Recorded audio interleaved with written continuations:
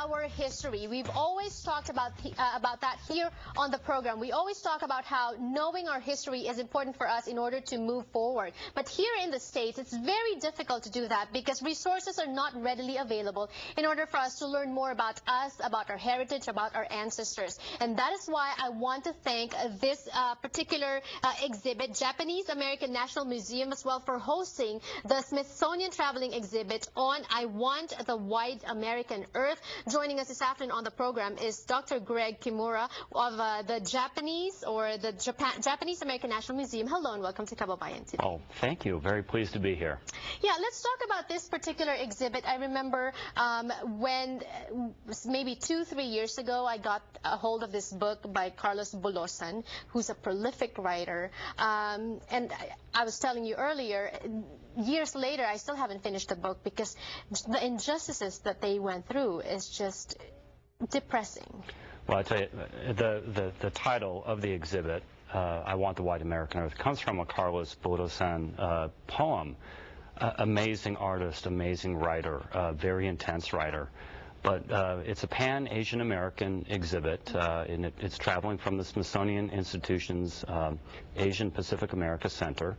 And it's 30 panels, and we've supplemented it with other artifacts, and with we actually have East-West players performing set pieces within the context of the exhibit itself too, to kind of flesh out a little bit more a very broad and a very expansive but very rich history of the Asian Pacific American experience. Why are we doing this? Why is the Smithsonian organizing this exhibit?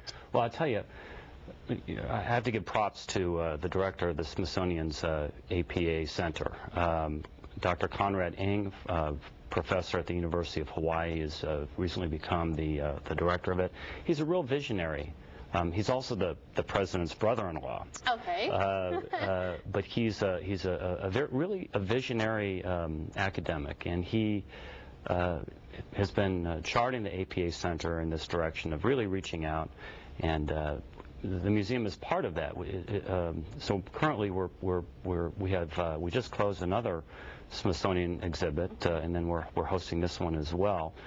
The other one that we hosted also was co-sponsored by the Smithsonian's Asia Pacific America Center, and that was a Pan-Asian American portraiture exhibit. Okay. And I'm getting 2 points from what we're talking about right now, and I think the first one, which is very important, us Asians, we need to speak up, and we need to tell a story, because if we don't, no one else will tell it for us. Absolutely, and I think this is a very important aspect of the Japanese American National Museum. The museum was founded really by community-based philosophy during a period of time where we were tired of having our story told by other people. Right? And it's very important for the story of the experience of the different ethnic groups to be told from the first person, from the inside of the experience, rather than from a sociological aspect coming from the outside. No one understands the experience more than the people of the heritage who live through it. And what I like is that the different Asian segments can bond together because we have this shared experience of going through the injustices from years ago. And maybe some of them still hold true to this day. Absolutely, absolutely. And we're also finding, I was mentioning this to you off camera earlier, but we're finding at the museum, especially with the younger generations, the Generation Y, the so-called millennial generation, kids, grow up in the United States. They may be second or third generation American. But they may be of a Filipino heritage, or Japanese heritage, or Chinese or Korean heritage. But they grow up essentially in a multicultural environment. And they may, first of all, identify as, in general, a minority or as an Asian American. And then as they grow, they learn more about their own particular heritage.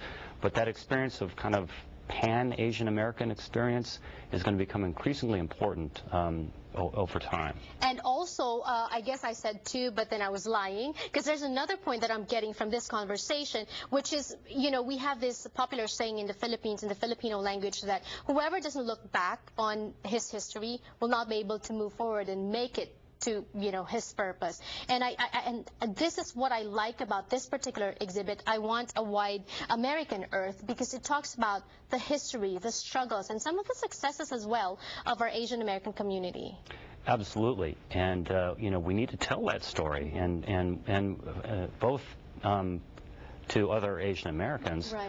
But you know, Asian America is the fastest growing part of the population of the United States. We're going to be our story is not just an Asian American story. Right. Our story is an American story. It's very important for us to remember that, and it's an important story for the rest of the United States to learn about too. And these are stories in pictures, and as you mentioned earlier with East West Players, some performances as well.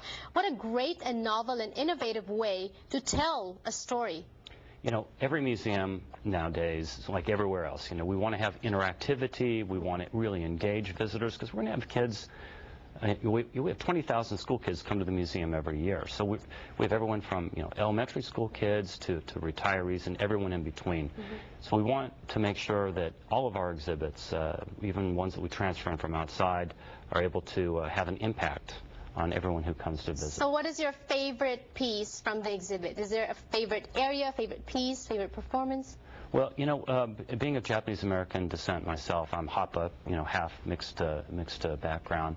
But I had relatives who fought for the United States during World War II in segregated Japanese American units called the 442nd, the 100th, and the Military Intelligence Service. At the same time, my great-grandparents and the rest of the family were interned behind barbed wire of American internment camps, so-called internment camps or concentration camps. So while one part of the family was fighting to prove their Americanness, right, you know, the other part of the family was behind barbed wires because the government didn't trust people because of how they looked. Mm-hmm. So I'm very interested in some of the artifacts. We have dog tags, actually, from folks from the 442nd, the 100th Battalion, who passed away. To me, you know, they were on somebody's body as they're going into battle, and they really tell a story. Powerful stories at that. As we always say here on the show, if you don't know your history, then you don't know yourself. The only way to know yourself is to know your history, and this exhibition is, to me, one of the best ways for us to get to know our history, get to know our heritage. Thank you so much, and more power to you. Thank you, and we'd like to invite everyone to come down to the Japanese American National Museum. We're located at the easiest address in town. We're at the intersection of First and Central, right downtown Little Tokyo. Wonderful. You'll get a lot when you go, so you should go now.